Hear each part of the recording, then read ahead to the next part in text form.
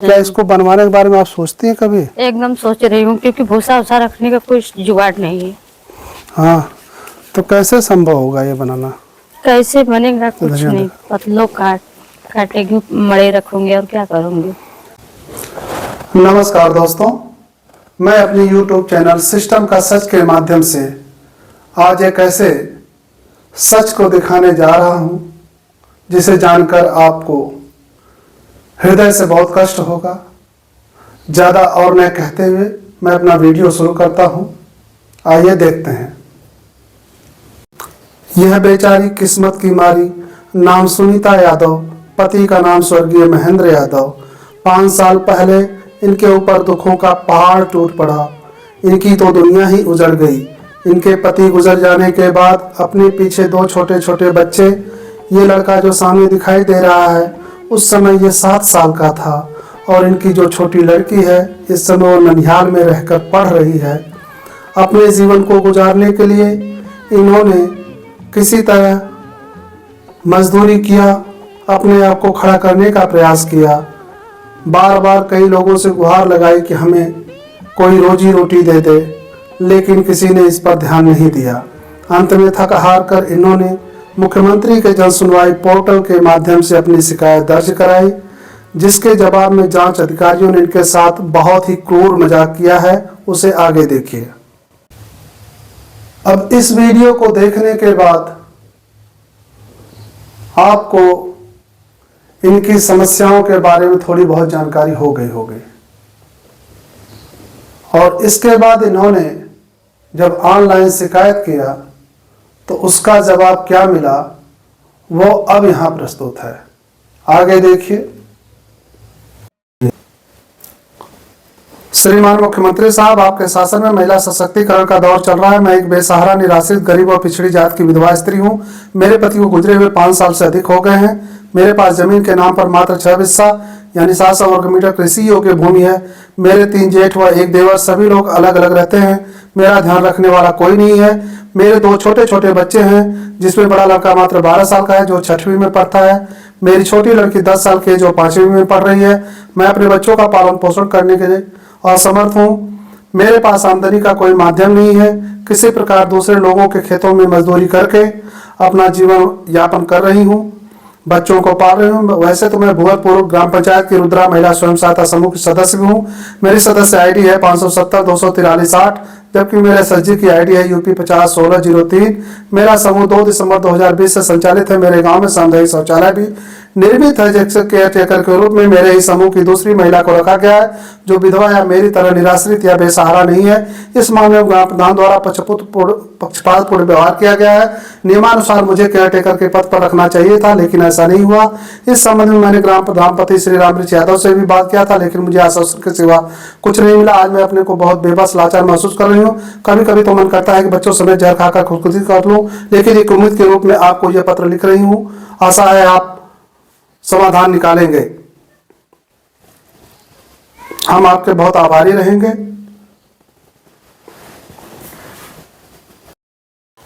आप लोगों के सामने जांच आख्या प्रस्तुत है। इसमें लिखा गया है, खंड विकास अधिकारी के द्वारा सेवा में उपायुक्त स्वतः रोजगार गाजीपुर, पत्रांक संख्या 975, दिनांक 1/11/2022। इस दिनांक पर ध्यान देने की जरूरत है क्योंकि शिकायत 27 अक्टूबर 2022 को की गई थी।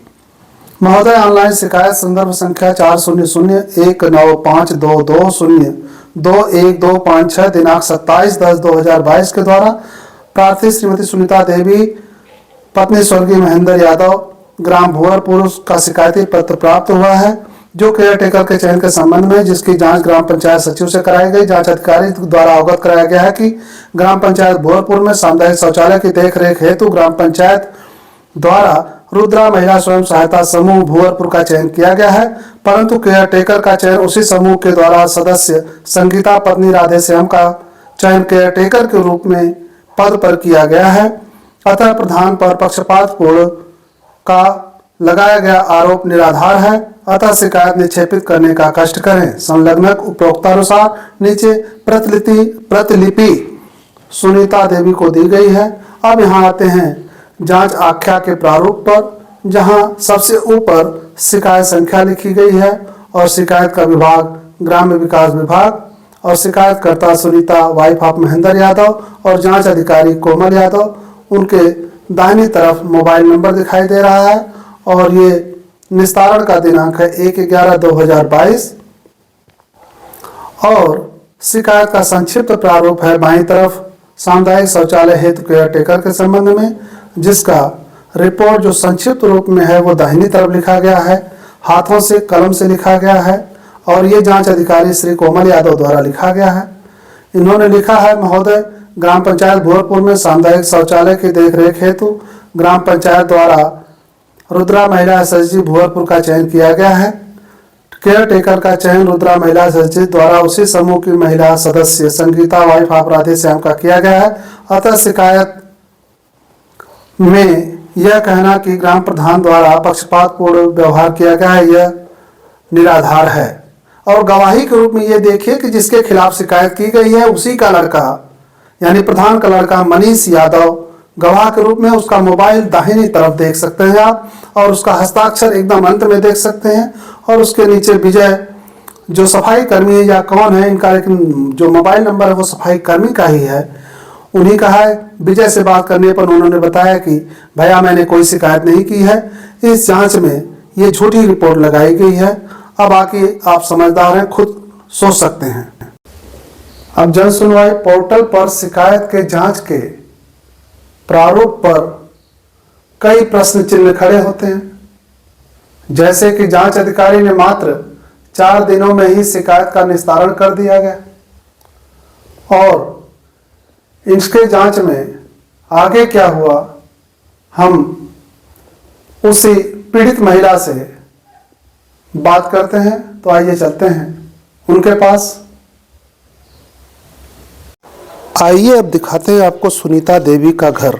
इस घर में इनकी देवरान और इनका हिस्सा है। सामने ये उनकी पहाड़ी है जो अभी दूध नहीं देती है और ये सामने जो करकट दिखाई दे रहा है इससे आप देखकर स्पष्ट जान सकते हैं कि यहाँ पे 2 हिस्सेदार रहते हैं और ये घर का मुख्य दरवाज़ा है। इस मुख्य दरवाजे से जब आप प्रवेश करेंगे तो सामने जो 2 दरवाजे दिखाई दे रहे हैं, ये 2 दरवाजे 2 लोगों का हिस्सा है।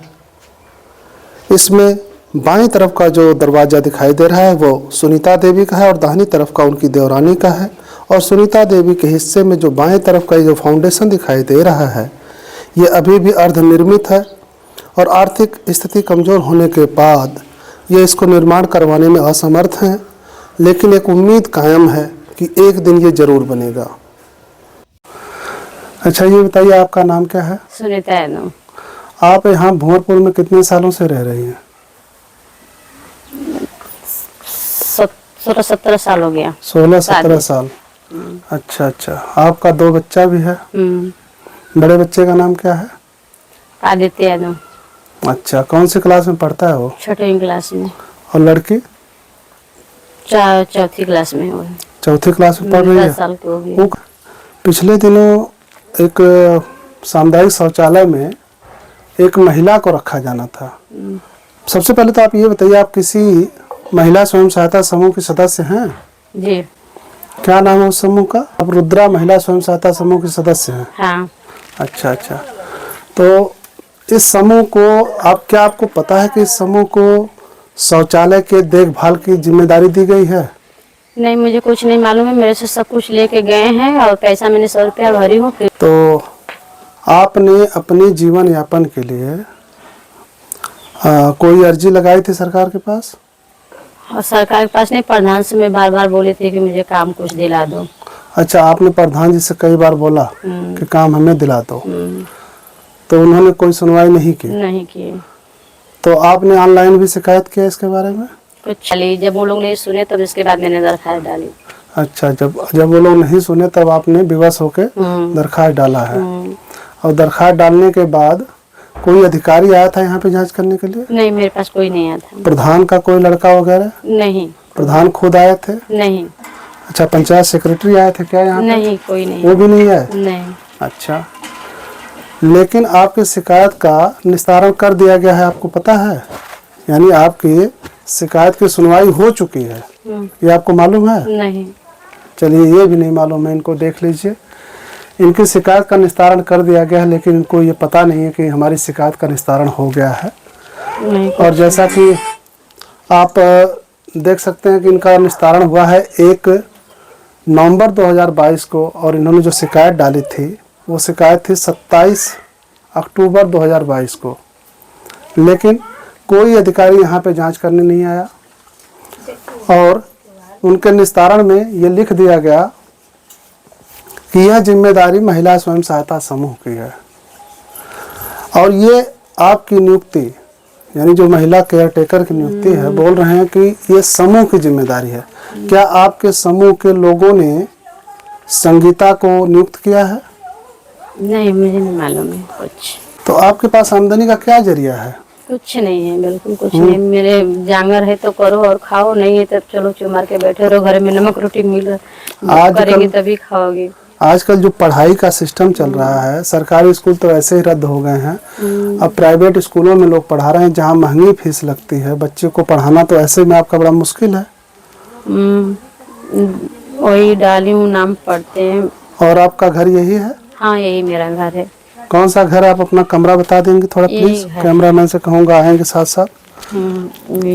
ये मकान है आपका? मेरा यही मकान है, मकान है जो आपके हिस्से में कौन सी जमीन है? बस एक इधर से यही का साइज में, बस यही है मेरा, यही है बस, इसका ही सोच है बस। मतलब इस दरवाजे के सीध से आप यहाँ से है आगे तक हैं? इसमें आधे में वो मेरी देवरानी रहती है, मेरा इधर है। तो जो ये कमरा बना है, तो जब वो जीवित थे उसी समय बना हुआ था? हाँ, तभी को बना। यही आपके हिस्से मिला है? हाँ, यही मिला है। अच्छा, और बाकी ये जो हिस्सा दिखाई दे रहा है सामने, ये जो नहीं बना है, नहीं, क्या इसको बनवाने के बारे में आप सोचती हैं कभी? एकदम सोच रही हूँ, क्योंकि भूसा उसा रखने का कोई जुगाड़ नहीं है। हाँ, तो कैसे संभव होगा ये बनाना? कैसे बनेगा कुछ नहीं, पतलों काटेगी, मड़े रखूंगे और क्या करूंगी। अब इस पे ईंटें जोड़नी होगी, सीमेंट लगेंगे, बालू लगेंगे। महंगाई के इस दौर में इनके पास कोई आमदनी का साधन नहीं है। कुछ नहीं है एकदम। अब आप लोग सोच सकते हैं कि किस तरह से ये अपना गुजर बसर कर रही हैं। और यहाँ पे मैं तो निस्तब्ध हूँ और मेरे पास कुछ कहने के लिए शब्द नहीं है। धन्यवाद। अब इस पूरे वीडियो को देखने के बाद और पीड़िता का बयान सुनने के बाद आपको क्या लगता है कि उसके साथ न्याय हुआ है? उसके साथ जांच अधिकारी ने अच्छा बर्ताव किया है? उसके साथ ग्राम प्रधान प्रतिनिधि ने अच्छा बर्ताव किया है? आखिर ऐसा कब तक होता रहेगा? यह सिस्टम इतना सड़ चुका है कि इसको बदलने की जिम्मेदारी आप सभी लोगों की है। मेरे अकेले की बस की बात नहीं है। बस और ज्यादा कुछ ना कहते हुए मैं सिर्फ इतना कहूंगा कि अगर मेरा ये वीडियो अच्छा लगा हो तो इसको लाइक, सब्सक्राइब और शेयर जरूर करें। जय हिंद, जय भारत, वंदे मातरम।